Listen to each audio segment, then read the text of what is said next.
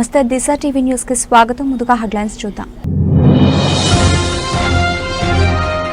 ఉగాది పర్వదినాన మరో కొత్త పథకాన్ని ప్రారంభించనున్న ముఖ్యమంత్రి రేవంత్ రెడ్డి. రేషన్ కార్డు లబ్ధిదారులకు సన్నబియ్యం పంపిణీ పథకాన్ని సీఎం చేతుల మీదుగా ప్రారంభం.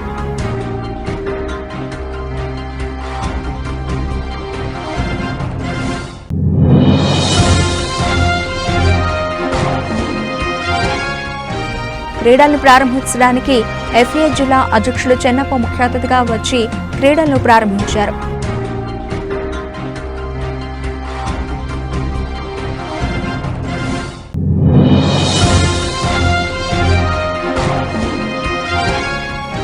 కార్యక్రమంలో పాల్గొన్న విలేకరులకు ఆరోగ్య బీమా పత్రాలు అందజేసిన పినపాక ఎమ్మెల్యే శ్రీ పాయం వెంకటేశ్వర్లు.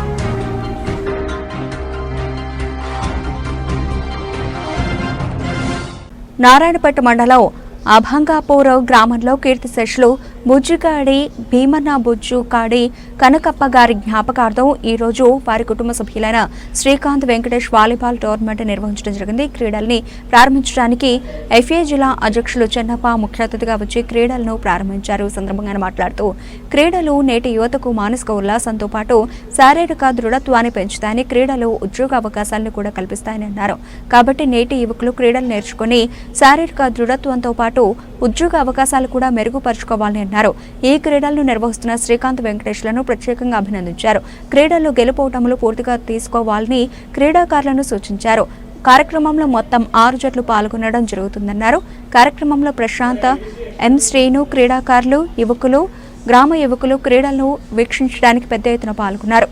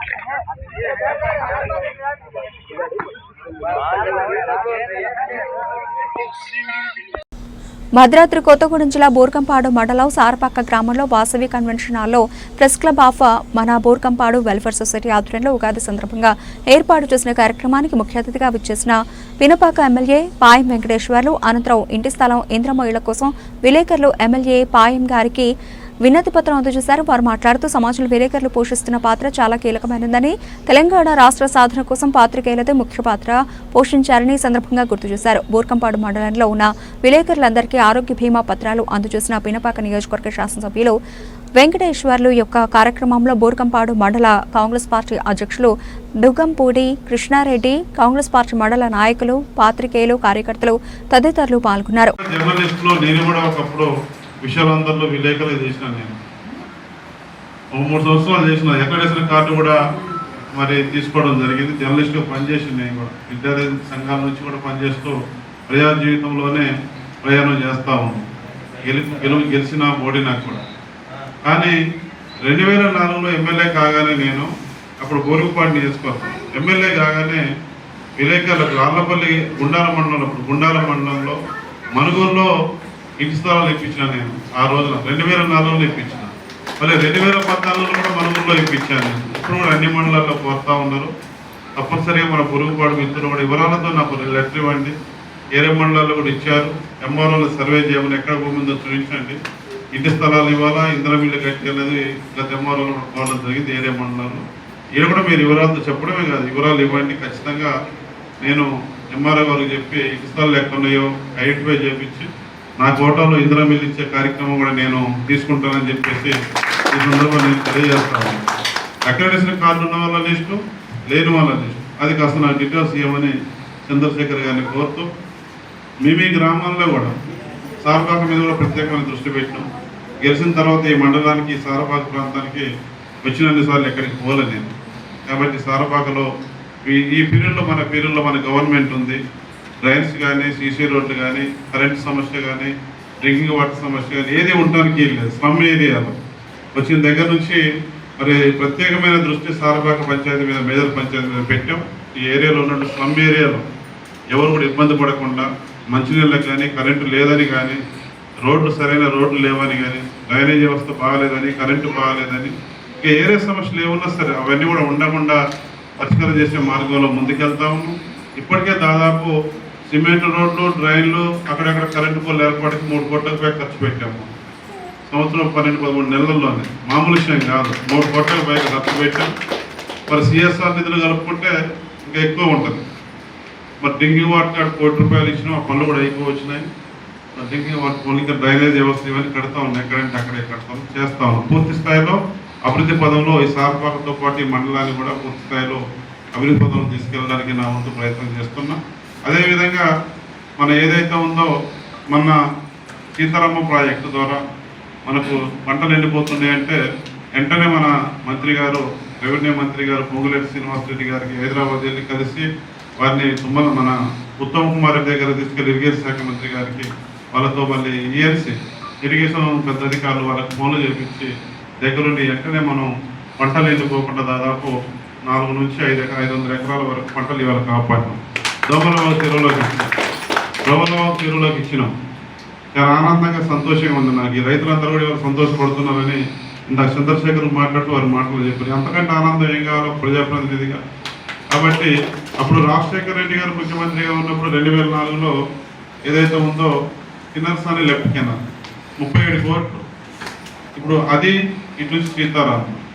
రాబోయే రోజుల్లో ఒకరోజు మళ్ళీ అధికారులతోని అశ్వాపురం మండలం 0 పాయింట్, గోదావరి 0 పాయింట్ నుంచి మన బార్డర్ కిన్నర్సాని వరకు సీతారాం ప్రాజెక్ట్ పూర్తిగా కాలువ విజిట్ చేసి ఎక్కడెక్కడ పాయింట్స్ రైతులు వేసుకొని, మన నాయకులు కూడా వస్తారు, రైతులు కూడా వేసుకొని తిరిగి ఇంకా మన పొరుగుపాడు మండలంలో ఆ కాలబోయే మార్గంలో ఎక్కడెక్కడ మనం మరి అలా ఓటీలు పెట్టాలా, ఎక్కడెక్కడ నీళ్ళు ఎత్తిపోయాలా, పూర్తి స్థాయిలో కొద్ది రోజుల్లోనే పూర్తి స్థాయిలోనే విజిట్ చేసి మరి పూర్తి స్థాయిలో రిపోర్ట్ తయారు చేసి గవర్నమెంట్కి పంపించి మరి ఇక్కడ నుంచే నీళ్లు పోతున్నాయి. కాబట్టి మన సీతారామ ప్రాజెక్టు ద్వారా అశ్వాపురం మండలం కానీ, బోరుగుపాడు మండలం కానీ 100% 2 పంటలకు నీళ్ళు ఇవ్వాలనేది నాకు ఉన్నటువంటి లక్ష్యం, ధ్యేయం. అన్ని రాజకీయ పార్టీలు బీసీలకు ప్రాధాన్యత ఉన్న పదవులు కేటాయించాలని ఓబీసీ డెమోక్రటిక్ జేఏసీ డిమాండ్ చేసింది. బీసీల జనాభా దామాషా ప్రకారం నామినేటెడ్ పదవులలో ప్రాతినిధ్యం కల్పించాలని, హైకోర్టు, సుప్రీంకోర్టు న్యాయమూర్తుల నియామకాలలో బీసీలకు 42% రిజర్వేషన్లు కల్పించాలని పలువురు రాజకీయ ప్రజా సంఘాల నాయకులు డిమాండ్ చేశారు. హైదరాబాద్ కాచిగూడ అభినందన గ్రాండ్ హోటల్లో OBC Democratic JAC convener Kola Janardhan ఆధ్వర్యంలో బీసీ రిజర్వేషన్లపై అఖిలపక్ష సమావేశం నిర్వహించారు. సమావేశంలో పాల్గొన్న సిపిఐ మాజీ ఎంపీ అజిత్ పాషా మాట్లాడుతూ బీసీ బిల్లును పార్లమెంట్లో ఆమోదిస్తేనే రాజ్యాధికారంలో వాటా దక్కుతుందని అన్నారు. న్యాయ వ్యవస్థలో కూడా బీసీ రిజర్వేషన్లను అమలు చేయాలని ఆయన కోరారు. అన్ని రాజకీయ పార్టీలు పదవుల కేటాయింపులో బీసీలకు సముచిత న్యాయం కల్పించాలని, లేకపోతే ఆ పార్టీలను నిలదీస్తామని ఆయన హెచ్చరించారు.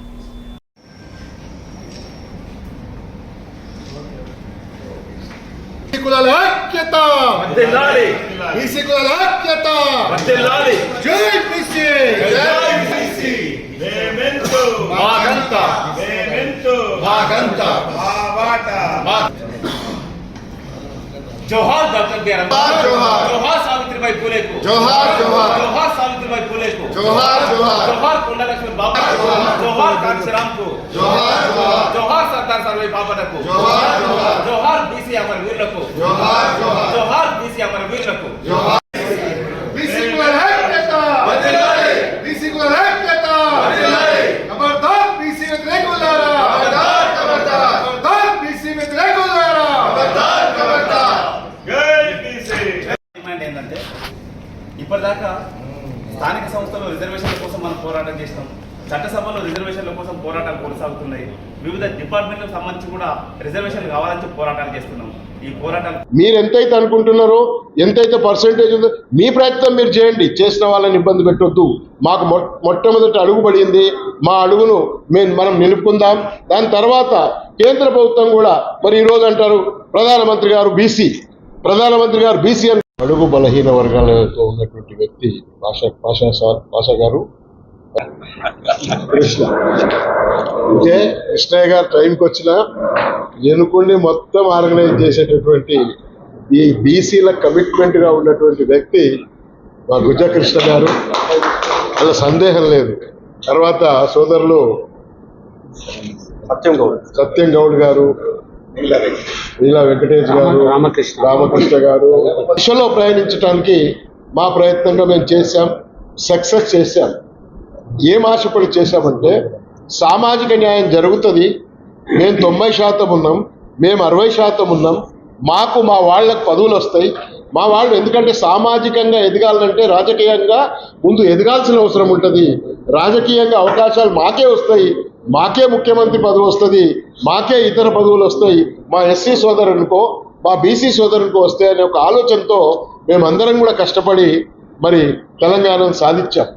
ఏ ఒక్క వ్యక్తితోనో ఏ ఒక్క వర్ణంతోనో ఇక్కడ రాజకీయం జరగలేదు, ఉద్యమం జరగలేదు. కులవృత్తుల వాళ్ళు ముఖ్యంగా ఇందులో పాత్ర మన గ్రామీణ ప్రాంతం నుంచి మనం లెక్కేసుకుంటే ఉద్యమం స్టార్ట్ అయింది స్లోగా. ఎప్పుడైతే బీసీల కులవృత్తుల వాళ్ళు యాక్టివ్ అయ్యారో, వాళ్ళు రోడ్డు మీదకి వచ్చి వాళ్ళ కులవృత్తులను కూడా రోడ్డు మీద చూపించారు. ఆ రోజు నుంచి అంటే సమాజంలో ఉన్నటువంటి సగం మంది కంటే ఎక్కువ బీసీలు బయటకు వచ్చిన తర్వాతే ఈ ఉద్యమం ఉధృతం కావటం.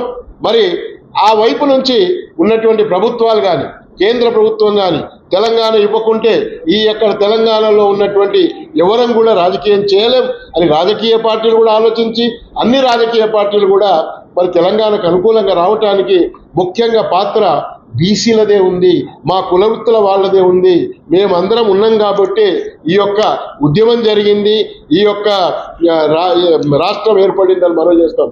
కానీ ఏం జరిగింది మరి వచ్చిన తర్వాత ఒక కుటుంబ వ్యవస్థగా మారి, నేను ఎవరిని కూడా రాజకీయంగా కూడా విమర్శిస్తలేదు, మారిన తర్వాత వారి కుటుంబమే రాజకీయాల్లో ఉన్నత పదవుల్లో ఉండటం, రాష్ట్ర ఖజానాన్ని దోచుకున్నారని కేసుల ద్వారా చెప్తా ఉన్నాం. మేము ఎందుకంటే మాకు కావాల్సింది ముందు మా యొక్క సోదరుల మందరం కలవాలి, కలిసి రాజ్యాధికారాన్ని పోవాలి. కాబట్టి ఇతరులను ఎవరిని కూడా మేము విమర్శించదలుచుకోలేదు. కేవలం జరిగిన అన్యాయాన్ని 10 సంవత్సరాలు ఏం జరిగింది, మళ్ళీ ఇప్పుడు 5 సంవత్సరాలు ఏం జరగబోతుంది, మరి ఏ వర్ణాలు అయితే ఉన్నాయో ఆ రోజు నుంచి కూడా మనం చూస్తే ఆ వర్ణాలే ముందంజలో ఉన్నాయి.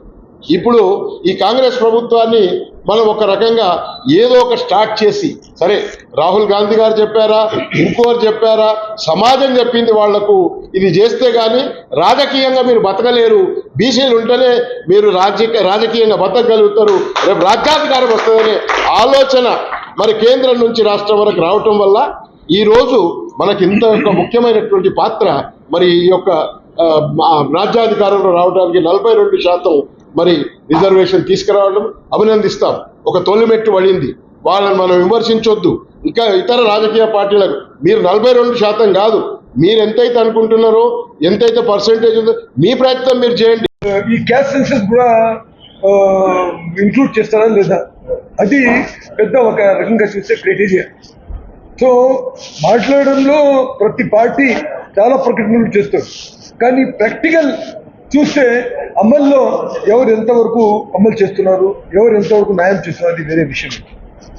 ఇప్పుడు గుణ జనార్దన్ గారు చెప్పారు, గవర్నమెంట్ ప్రతి వాళ్ళు వెల్కమ్ చేస్తున్నారు, కానీ ఆన్ ఆల్ లెవెల్స్ అది ఆ రిఫ్లెక్షన్ ఉండాలి. బోర్డులో, మినిస్ట్రీలో, ఇంకా అనేక పదవులు ఆ రిఫ్లెక్షన్ ఉంటే అప్పుడు మేము వెల్కమ్ చేయడానికి అప్పుడు ఆస్కారం అవుతుంది. ఇప్పుడు సెంట్రల్ గవర్నమెంట్ ఒక కమిషన్, రోహిణి కమిషన్ ఏర్పాటు చేసి 2017 అక్టోబర్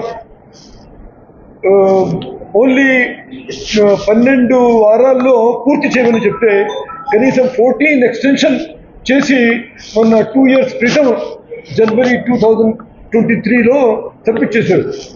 అక్కడ చూస్తే చాలా ఆశ్చర్యమైన విషయాలు ఉండేది. అసలు చూస్తే ఈ కమిషన్ మొత్తం ఓబీసీకి 3 categories, backward, more backward, most backward, extremely backward అట్లా. ఇంకా మీకు ఒక విషయం ఆ రిపోర్ట్ నుంచి నేను చెప్తే మీకు ఆశ్చర్యం రావచ్చు. వాళ్ళు ఏం చెప్పారంటే కమిషన్ తరఫున అవుట్ ఆఫ్ 2663 మొత్తం సబ్ క్యాస్ట్ బీసీ క్యాస్ట్లో సబ్ క్యాస్ట్ ఉంటే 983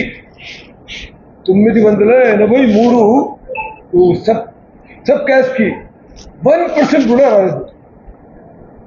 ఏ స్థానం లేదు. ఏమిటి ఈక్విటబుల్ ఇది డిస్ట్రిబ్యూషన్ ఉందా ఇది? ఇంకా 994 సబ్ క్యాస్ట్కి ఓన్లీ 2.65 వచ్చింది. సో ఈ రోహిణి కమిషన్ ఈ అన్ని విషయాల గురించి పాయింట్అవుట్ చేసింది. ఎందుకంటే ఆన్ ఆల్ లెవెల్స్ ఈ సాంఘిక న్యాయం ఉండాలి, ప్రతి వాళ్ళకి చేయాలి. కొంతవరకు మీరు ఎక్కువ ప్రాధాన్యత ఇచ్చి ఇంకా కొన్ని వర్గాలకి వెనక పెడితే అది లాభం కాదు. సో ఆన్ ఆల్ లెవెల్స్ సాంఘిక న్యాయం ఉండాలి. సో ఈ విషయంలో మేము మున్సిపాలిటీ ఆఫ్ ఇండియా తరఫున కూడా ఆల్రెడీ మన రెజల్యూషన్ ఎన్నోసార్లు చేసాము. మన జనరల్ సెక్రటరీ డి రాజా గారు పార్లమెంట్లో ఉన్నప్పుడు, లేకుంటే ఇప్పుడు బయట వచ్చిన తర్వాత కూడా ఈ విషయాల్లో చాలా మాట్లాడారు. We are one among with you. ఈ సాంఘిక న్యాయం గురించి ఎంత దూరం అంటే ఆ దూరం కూడా సిద్ధంగా ఉన్నాం. లాస్ట్లో కోలా జనార్దన్ గారు ఒక విషయం చెప్పారు. అసలు అరవింద్ కుమార్ గౌడ్ గారు చెప్పారు ఏంటంటే డైరెక్ట్ యాక్షన్లో పోవాలి. Without action there will be no reaction. So ఇప్పుడు మనం ఈ తీర్మానం చేసి పాస్ చేసి గవర్నమెంట్కి పంపిస్తాం, లేకుంటే త్రూ ప్రెస్ వాళ్ళు చూస్తారు. కానీ ఆ కదలిక ఎప్పుడు వస్తుంది అంటే మేమందరూ సిద్ధంగా ఉన్నాము, రేపు డైరెక్ట్ యాక్షన్కి పోవడానికి సిద్ధంగా ఉన్నామంటే అప్పుడు వాళ్ళు గాబరాపడి ఏమైనా కొంతవరకు చేయవచ్చు. సో విషయం గురించి మనం అందరం ఆ డైరెక్ట్ యాక్షన్ గురించి మీరు రెడీగా ఉండాలని నా పర్టికులర్ సూర్యాపేట జిల్లా నేడు సూర్యాపేట జిల్లాలో ముఖ్యమంత్రి రేవంత్ రెడ్డి పర్యటన. ఉగాది పర్వదినాన మరో కొత్త పథకాన్ని ప్రారంభించనున్న ముఖ్యమంత్రి రేవంత్ రెడ్డి రేషన్ కార్డు లబ్ధిదారులకు సన్నబియ్యం పంపిణీ పథకాన్ని సీఎం చేతుల మీదుగా ప్రారంభం. దీంతో రాష్ట్ర వ్యాప్తంగా 3.10 కోట్ల మంది లబ్ధిదారులకు అందనున్న సన్నబియ్యం. హుజూర్ నగర్ నియోజకవర్గానికి మొదటిసారి సీఎం రేవంత్ రెడ్డి వస్తూ ఉండడంతో భారీగా ఏర్పాట్లు చేసిన మంత్రి ఉత్తమ్ కుమార్ రెడ్డి హుజూర్ నగర్లో 40,000 మందితో భారీ బహిరంగ సభకు ఏర్పాట్లు పూర్తి. అత్యంత ప్రతిష్టాత్మకంగా సన్నబియ్యం పంపిణీ ప్రారంభోత్సవ సభాస్థలికి రాజీవ్ ప్రాంగణంగా నామకరణం. సభలో సీఎం రేవంత్ రెడ్డితో పాటు మంత్రులు కోమటిరెడ్డి వెంకటరెడ్డి, ఉత్తమ్ కుమార్ రెడ్డి, జిల్లా ఎమ్మెల్యేలు, ఎంపీలు పాల్గొనున్నారు.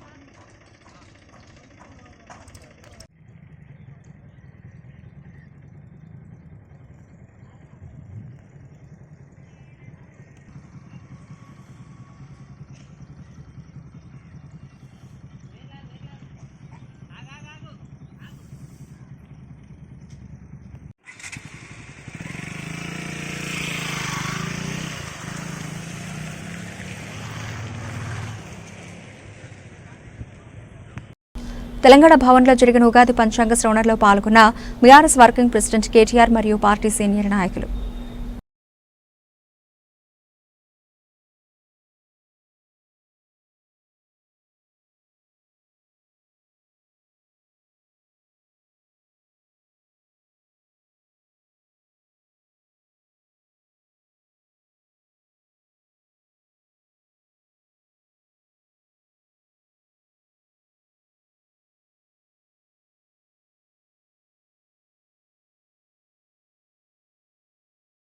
వరంగల్ జిల్లా రంజాన్ మాసంలో 30 రోజుల పాటు ముస్లింలు ఉపవాస దీక్షలు చేపట్టి దాన ధర్మాలు చేయడం గొప్ప విషయమని రాష్ట్ర దేవాదాయ శాఖ మంత్రి కొండా సురేఖ అన్నారు. వరంగల్ ఎల్బీ నగర్లో A1 ఫంక్షన్ హాల్లో కాంగ్రెస్ ఆధ్వర్యంలో నిర్వహించిన ఇఫ్తార్ విందు ఘనంగా జరిగింది. కార్యక్రమంలో రాష్ట్ర మంత్రి కొండా సురేఖ, మాజీ ఎమ్మెల్సీ కొండా మురళి, నగర మేయర్ గొండు సుధారాణి, జిల్లా కలెక్టర్ సత్యశారద దేవి, ముస్లిం మత పెద్దలు, కార్పొరేటర్లు, నాయకులు, ముస్లిం ప్రజలు అధిక సంఖ్యలో పాల్గొన్నారు. ఈ సందర్భంగా మంత్రి కొండా సురేఖ మాట్లాడుతూ రంజాన్ మాసంలో 30 రోజుల పాటు ముస్లింలు ఉపవాస దీక్షలు చేపట్టి దాన ధర్మాలు చేయడం గొప్ప విషయమని అన్నారు.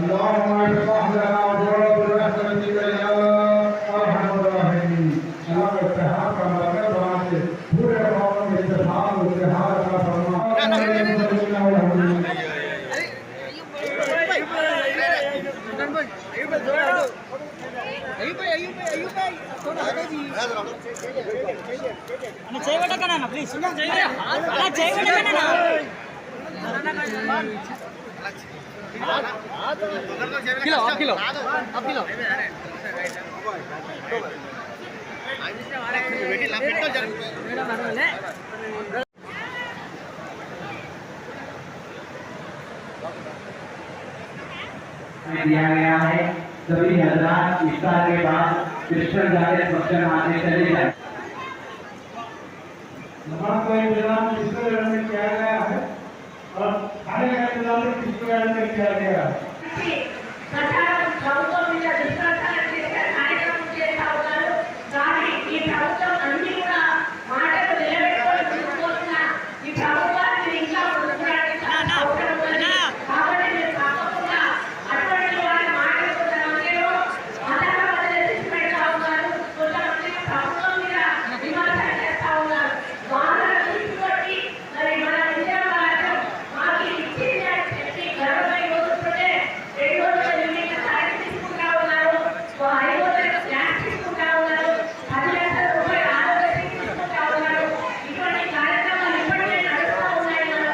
వరంగల్ నగరంలోని ములుగు రోడ్డు ప్రాంతంలో ఆదివారం తెల్లవారుజామున 3 గంటలకు షార్ట్ సర్క్యూట్ ద్వారా 5 ఫర్నిచర్ షాపులు పూర్తిగా కాలిపోయాయి. సుమారు తెల్లవారుజామున 3:30 గంటలకు ఫైర్ సిబ్బందికి విషయం తెలియగానే హుటాహుటిన ఘటనా స్థలానికి చేరుకుని మంటలు ఆర్పడానికి ప్రయత్నించారు. కానీ ఉదయం 9 నుండి 10 గంటల వరకు 8 ఫైర్ ఇంజన్ ట్యాంకర్లు వచ్చిన మంటల అదుపులోకి రాలేదు. హనుమకొండ జిల్లా ఎమ్మెల్యే నాయని రాజేందర్ రెడ్డి ఘటనా స్థలాన్ని పరిశీలించి నష్టపోయిన కుటుంబాలకు కాంగ్రెస్ పార్టీ అండగా ఉంటుందని వారి కుటుంబాలకు భరోసానిచ్చారు. సుమారు ఈ 5 ఫర్నిచర్ షాపుల్లో కలిపి 50 లక్షల రూపాయల మిషనరీస్ మరియు 1 కోటి నుండి 1,20 లక్షల రూపాయల వరకు టేకుకర్ర చెక్కను కొట్టినటువంటి కర్రలు పూర్తిగా మంటలో కాలిపోయాయి. విశ్వబ్రాహ్మణ సంఘ అధ్యక్షుడు చొల్లేటి కృష్ణమాచార్య మాట్లాడుతూ విశ్వబ్రాహ్మణులకు ఉగాది అంటే ఎంతో పెద్ద పండుగ, కానీ పర్వదినాన ఇలాంటి విషాదచాలు చోటు చేసుకోవడం చాలా బాధాకరంగా ఉందని, తమ విశ్వబ్రాహ్మణ సంఘ బాధితులకు అండగా ఉంటామని తెలిపారు.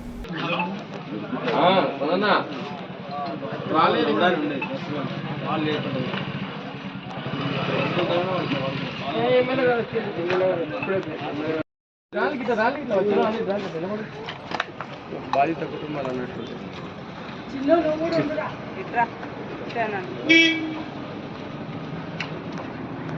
కొంచెం బయటట్టుంటే బాగుంటుంది. దగ్గర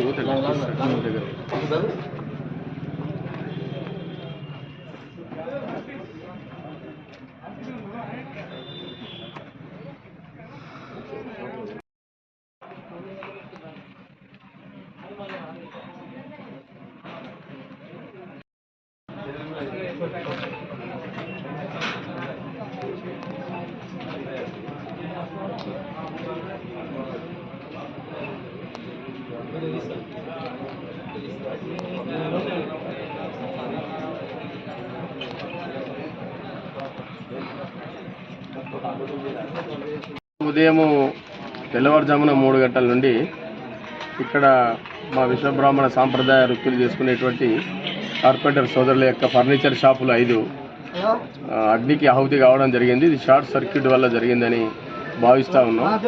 దాదాపు 1.5 లక్షల రూపాయల వరకు నష్టం వాటిల్లింది. ఇవన్నీ కూడా రెక్కాడితే డొక్కాడనటువంటి కుటుంబాలు. ఈ నేపథ్యం లోపల ఇది అగ్నికి ఆహుతి కావడం వల్ల అప్పుల పాలు కావడం జరిగింది. ఇప్పటికే అప్పులు చేసే ఈ యొక్క మిషనరీ, ఈ యొక్క ఫర్నిచర్లు, ఈ కార్యక్రమాలు, ఈ షెడ్లు వేసుకోవడం కానీ ఇవన్నీ కూడా ఈ కుటుంబాలన్నీ కూడా ఈ ఉపాధి లేక వృత్తులు కోల్పోయినటువంటి ఈ సందర్భం లోపల అగ్నికి ఆహుతి కావడం అనేటువంటిది వాళ్ళ నిరాశ్రయాలను చేయడం జరిగింది. మరి ఈ పండుగ పూట, ఈ ఉగాది, ఈ రోజు నూతన సంవత్సరం పూట ఇట్లా జరగడం అనేటువంటిది ఇదొక ఇబ్బందికరమైనటువంటి అంశం సమాజంలో. ఈ సందర్భంగా ప్రభుత్వానికి విజ్ఞప్తి చేస్తున్నది ఏంటంటే వీళ్ళ యొక్క బాధిత కుటుంబాలకు, మా వాళ్ళకు అందరికీ కూడా తప్పనిసరిగా ప్రతి కుటుంబానికి ఒక 15 లక్షల రూపాయల నుంచి 20 లక్షల వరకు కూడా ఎక్స్గ్రేషియా చెల్లించే విధంగా ప్రభుత్వం చర్యలు తీసుకోవాలని ఈ సందర్భంగా తెలంగాణ రాష్ట్ర విశ్వబ్రాహ్మణ సంఘం, అదేవిధంగా వరంగల్ జిల్లా ఉమ్మడి జిల్లా కార్పెంటర్ వర్కర్స్ అసోసియేషన్ నుంచి కూడా మేము విజ్ఞప్తి చేస్తూ ఉన్నాం.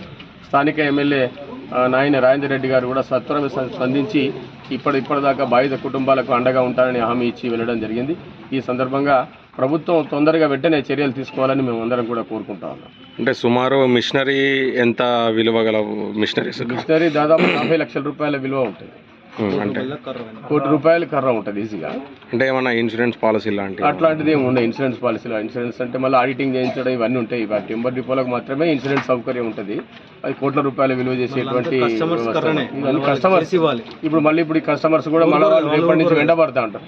ఇవన్నీ రకరకాలైన సమస్యలు ఫేస్ చేయాల్సినటువంటి సందర్భం ఇదంతా. ఒక 50 లక్షల రూపాయల మిషనరీ, మళ్ళీ దాంతోపాటు కర్ర ఎంత విలువ? చాలా చాలా భారీ నష్టం వాటిల్లింది. ఇది మామూలు నష్టం ఏం కాదు. దాదాపు 1,50,00,000 నష్టం. జాబ్ వర్క్ కదా. అంటే సుమారు ఇక్కడ ఎన్ని షాపులు వాళ్ళు? 5 షాపులు. 5 షాపులు.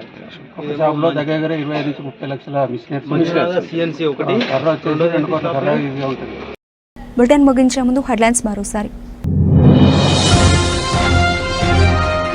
ఉగాది పర్వదినాన మరో కొత్త పథకాన్ని ప్రారంభించనున్న ముఖ్యమంత్రి రేవంత్ రెడ్డి. రేషన్ కార్డు లబ్ధిదారులకు సన్నబియ్యం పంపిణీ పథకాన్ని సీఎం చేతుల మీదుగా ప్రారంభం.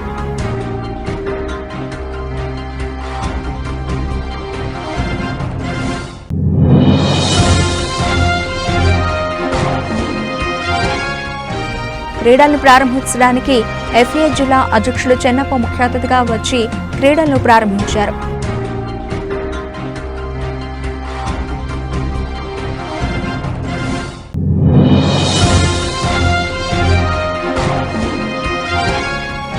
కార్యక్రమంలో పాల్గొని విలేకరులకు ఆరోగ్య బీమా పత్రాలు అందజేసిన పినపాక ఎమ్మెల్యే శ్రీ పాయ్ వెంకటేశ్వర్లు.